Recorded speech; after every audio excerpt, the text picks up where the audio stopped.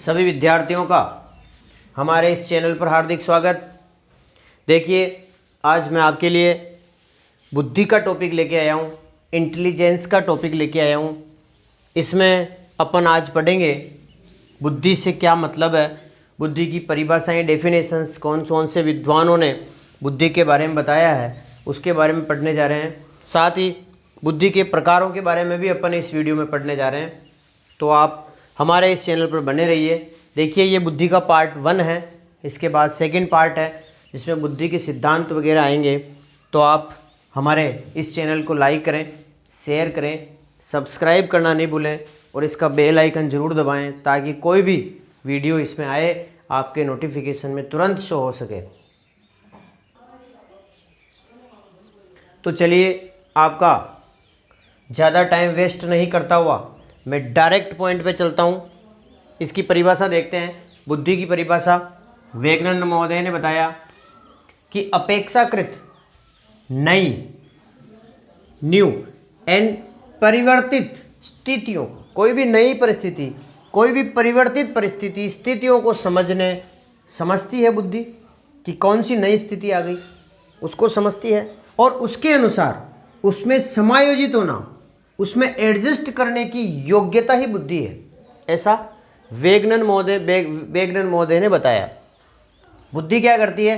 कोई भी नई परिस्थितियाँ आती है, कोई भी परिवर्तित, जैसे परिस्थिति तुरंत चेंज हो जाती है, तो परिवर्तित परिस्थिति, स्थितियों को समझती है तथा उसके अनुसार अपने आप को समायोजित करने की योग्यता रखती है, वही बुद्धि है। डेविड वेक्सलर ने बताया कि बुद्धि व्यक्ति की वह संयुक्त और समग्र क्षमता है। बुद्धि व्यक्ति की वह संयुक्त और समग्र क्षमता है जिसके द्वारा वह उद्देश्यपूर्ण कार्य करता है, विवेकपूर्ण चिंतन करता है। बुद्धि से ही विवेकपूर्ण चिंतन करता है, उद्देश्यपूर्ण कार्य करता है और अपने वातावरण का प्रभावशाली ढंग से सामना करता है। यही बुद्धि है, ऐसा डेविड वेक्सलर ने बताया।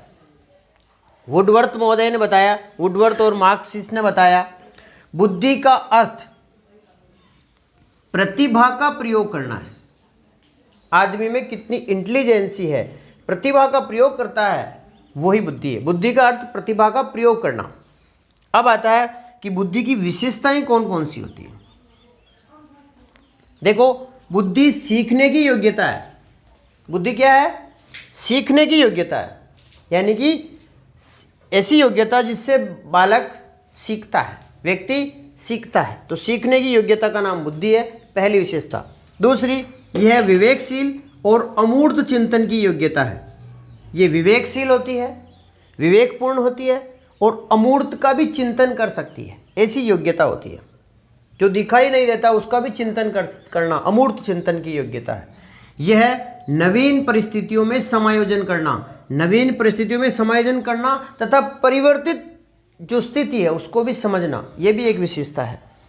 समस्या का समाधान करना, जब वो किसी समस्या को समझेगा तो उसके समाधान करने की कोशिश करेगा, तो इसमें बुद्धि काम आएगी उसकी।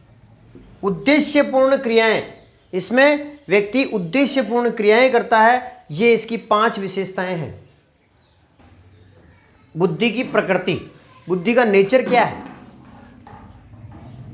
जिस व्यक्ति में बुद्धि होती है वो क्या करता है, उसकी प्रकृति क्या होती है बुद्धि की, ये देखते हैं। तो नंबर 1, जटिल और नवीन परिस्थितियों को सरल बनाने की प्रकृति होती है बुद्धि में। बुद्धि में क्या होता है? कोई भी नवीन स्थितियाँ आ गई, कोई भी नवीन आदमी के सामने, व्यक्ति के सामने परिस्थिति आ गई, उसको कैसे निपटना है, उसको कैसे सरल बनाना है, ये काम बुद्धि का है। तो नंबर 1, जटिल व नवीन परिस्थितियों को सरल बनाने का काम बुद्धि का है। नंबर 2, ये एक जन्मजात होती है, ये जन्मजात शक्ति है। ये क्या है? वंशानुक्रम पर निर्भर है, यानी कि ये जन्मजात शक्ति मानी जाती है बुद्धि। तीसरा, भेद करने की क्षमता होती है बुद्धि में। ये विभेद कर सकती है, ये अच्छा है, ये बुरा है, ये सरल रहेगा, ये कठिन रहेगा, इसका विभेद कर सकती है बुद्धि। चौथा, बुद्धि का विकास जन्म से लेकर किशोरावस्था तक होता है। ये आप बहुत इंपॉर्टेंट बात नोट कर लेना कि बुद्धि का विकास, जो मनोवैज्ञानिक हुए हैं उन्होंने बताया कि जन्म से लेकर किशोरावस्था तक की होती है बुद्धि का विकास। 5वां, बालक बालिकाओं की बुद्धि में विशेष अंतर नहीं पाया जाता। यानी कि ईश्वर ने बालक और बालिका को समान बुद्धि दी है, ऐसा ये बुद्धि की प्रकृति होती है। छठा, पूर्व अनुभव का लाभ उठाने की क्षमता बुद्धि में होती है। कोई भी पुराना जो अनुभव उसने प्राप्त किया है उसको उसका लाभ उठाने की क्षमता, जैसे हम अधिगम के सिद्धांतों में पढ़ सकते हैं। सीखने में मदद दिलाती है। कोई भी नई वस्तु, कोई भी पूर्व वाली वस्तु, उनको सीखने में मदद का काम बुद्धि का होता है। आठवां, इसमें एडजस्टमेंट होता है। बुद्धि समायोजन की क्षमता होती है। ये एडजस्टमेंट जिस व्यक्ति में बुद्धि का अच्छा होता है वो व्यक्ति जल्दी से एडजस्ट हो जाता है जैसी परिस्थितियां देखता है। यानी कि बुद्धि में समायोजन की क्षमता होती है। नौवां, अमूर्त चिंतन की क्षमता। बुद्धि अमूर्त चिंतन की क्षमता होती है। जिस चीज़ को देखती नहीं है, दिखाई नहीं देता है, उसका भी वो चिंतन करने लग जाती है और उसका भी रिजल्ट निकालने लग जाता है। बुद्धि के प्रकार गेरट महोदय के अनुसार, अब आता है बुद्धि के प्रकार, टाइप्स ऑफ इंटेलिजेंस। बुद्धि के प्रकार नंबर 1 गेरट महोदय के अनुसार मूर्त बुद्धि। नंबर 1 आती है मूर्त बुद्धि।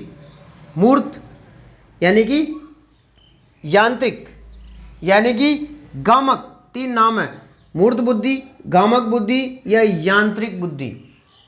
जिस व्यक्ति में यह बुद्धि होती है वह यंत्रों, मशीनों के कार्य में विशेष रुचि रखता है।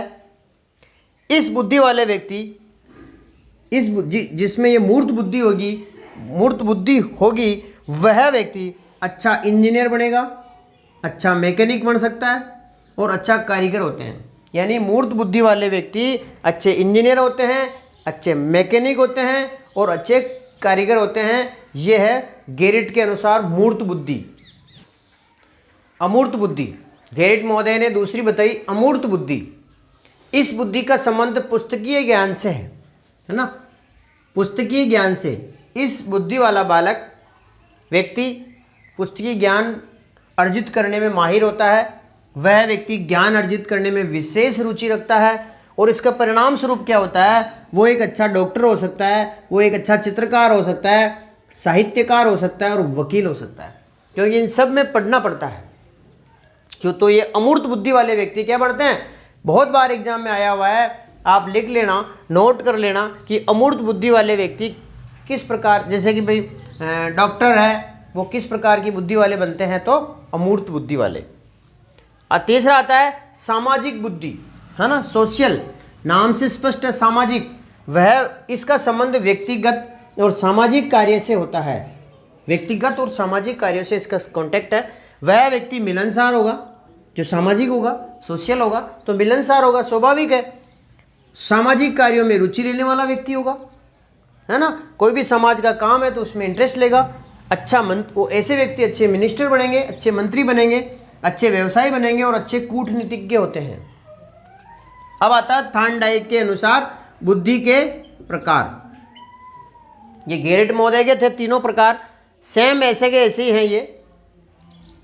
नंबर 1 अमूर्त बुद्धि। थार्नडाइक महोदय ने बताया कि पहली बुद्धि प्रकार में पहली अमूर्त। इस प्रकार की बुद्धि में शब्द, अंक, प्रतीकों का प्रयोग होता है अमूर्त के अंदर, है ना, ये शब्द, अंक, इनका प्रयोग ज़्यादा होता है। अमूर्त बुद्धि का परीक्षण 3 प्रकार से किया जा सकता है। नंबर 1 आकांक्षा का स्तर, कि उस बालक का आकांक्षा का स्तर क्या है, विभिन्न प्रकार के कार्य करने को लेकर और कार्य करने की स्पीड को लेकर, गति को लेकर, ये 3 प्रकार से अमूर्त बुद्धि का परीक्षण होता है। अब आती है सामाजिक बुद्धि। नाम से स्पष्ट है, पहले पढ़ चुके हैं कि समाज में समायोजन की क्षमता उत्पन्न करती है ये बुद्धि, और इस बुद्धि के अंतर्गत आदमी व्यवहारिक होता है। व्यवहार, कौशल और व्यक्तित्व और इसके चरित्र उसमें आते हैं। तीसरा है यांत्रिक या गत्यात्मक बुद्धि या मूर्त बुद्धि। इसमें क्या होता है, व्यक्ति वस्तु को समझना और उनके अनुरूप क्रिया करने में ये काम आती है। ये मूर्त बुद्धि या यांत्रिक बुद्धि या गत्यात्मक बुद्धि। संवेगात्मक बुद्धि के सिद्धांत को प्रतिपादित किया था गोलमैन ने। बहुत बार एग्जाम में आया हुआ क्वेश्चन है, संवेगात्मक बुद्धि के सिद्धांत को प्रतिपादित किसने किया, गोलमैन ने। संवेगात्मक बुद्धि से तात्पर्य, संवेग है ना, संवेगों से, कुछ ऐसी क्षमताओं से है जो बुद्धि लब्धि IQ से तो अवश्य भिन्न होते हैं, परंतु जीवन में सफलता पाने के लिए जरूरी होते हैं संवेगात्मक बुद्धि।